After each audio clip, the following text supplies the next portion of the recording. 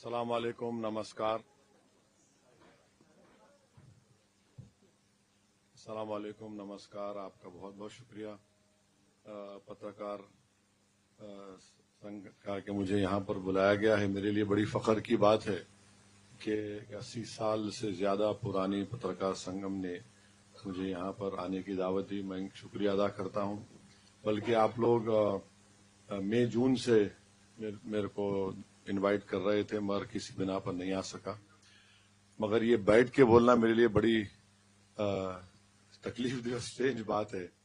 میں امید کرتا ہوں کہ میری داڑھی کی سفیدی کو دیکھ کر آپ تو نہیں کہہ رہے ہیں کہ بیٹھ کر بولو.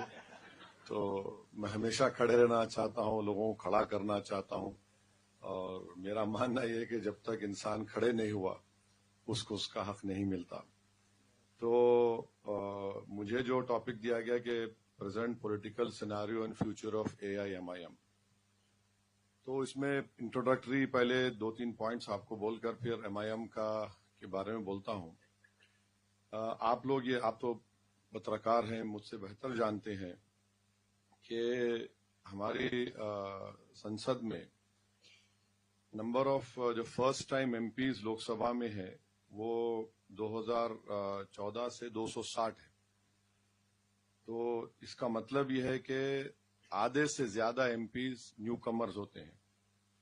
اور بی جے پی نے بھی 2024 کے چناؤ میں اپنے قریب 24% سٹنگ MPs کو بدل دیا. مگر جو بھی جیت کیا ہے وہ مودی کے نام پہ تھا اور کچھ نہیں تھا، نہ کچھ پالیسی تھی، نہ اس کو پازیٹو ووٹ تھا.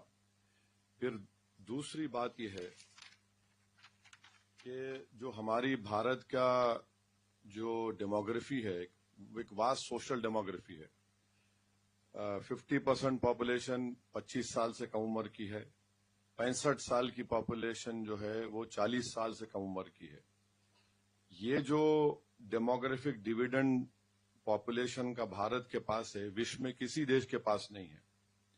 اور جب یہ ونڈو بند ہو جائے گا تو ہم کو جب اندازہ ہوگا، آج تو ایک جادوگر دلی میں بیٹھ کر میجک شو کر رہا ہے.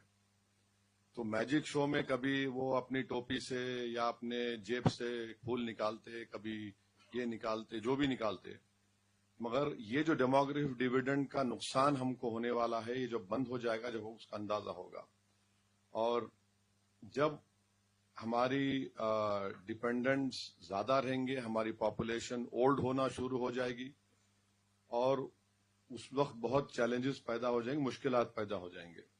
تو میرا ماننا یہ ہے کہ موجودہ پردھان منتری وزیر اعظم ایک جنریشن کو ڈس اپوائنٹ نہیں کیے، وہ 2 جنریشن کو ڈس اپوائنٹ کر دیے. ایک تو ملینیل ہے جس کی بنیاد پر وہ جیتے 2014 اور 19 میں، اور ایک جنریشن زی ہے تو جس میں اولڈسٹ پاپولیشن ہوگا، اولڈسٹ ایج ہوگا 30 سال کا. تو یہ 2 جنریشن، ملینیل جنریشن اور جنریشن زی، یہ ان کو زیادہ نوکری ملنا تھا، اچھی تعلیم ایجوکیشن ملنا تھا، اور ایک ریزنیبل لیول کا اسٹینڈرڈ آف لیونگ ملنا تھا. یہ تینوں چیز میں یہ جنریشن کو یہ فائدہ نہیں ہوا.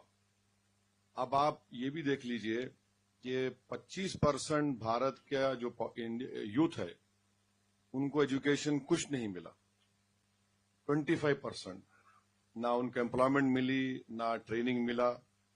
تو اوپر سے ان کو ایک فرسٹریشن ہے پیپر لیک کا. ابھی آپ دیکھیے اتراکھنڈ میں پیپر لیک ہوا. اب کیا ان پہ گزرتی ہوگی ان بچوں پہ جو غریب پریوار سے آ کر کیا کیا تیاری کرتے، وہ انسٹیٹیوٹ کو جاتے، یہاں جاتے. پھر مس گورننس ہے. اور یہ جنریشن، دونوں جنریشن کیا دیکھ رہا ہے؟ یہ دیکھ رہا ہے کہ پیپر لیک دیکھ رہا ہے، بریجز ٹوٹ رہے ہیں وہ دیکھ رہا ہے، فلڈز کا مس مینجمنٹ دیکھ رہا ہے، بھرشٹاچار دیکھ رہا ہے، اور سب سے بڑی چیز ایک ان ریسپانسو گورنمنٹ ہے.